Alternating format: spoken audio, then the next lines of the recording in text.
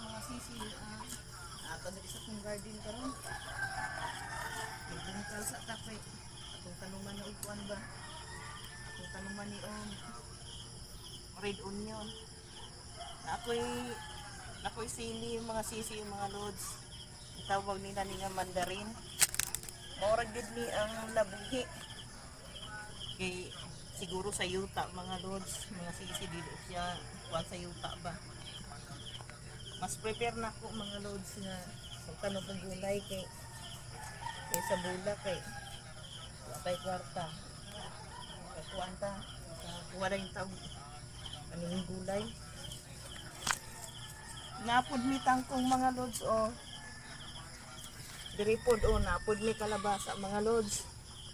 Mga sisi o. Labas-labas at nakandali kay may taon may trabaho na punta.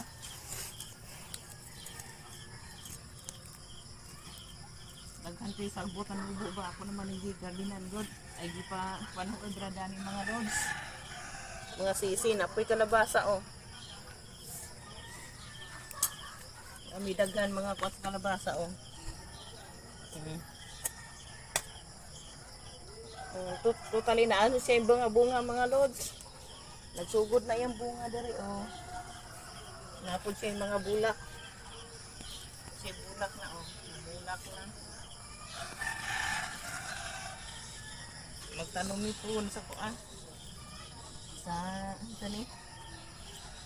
Sunod na nga mga simana o sunod na mga adlaw mga lods. Para makakuha na po tag mga gulay-gulay ba. Ano yung mong kinabuhi dari mga lods sa probinsya. Mga sisi kay pait ni tamang kuan ay tanong-tanong.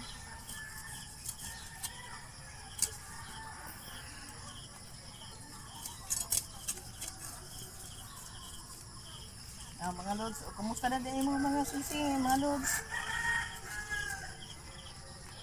Ang mga tugnaw po, matarami sa'yo diri.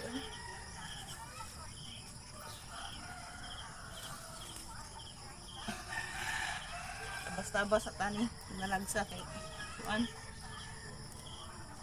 Exercise itong lawas ba?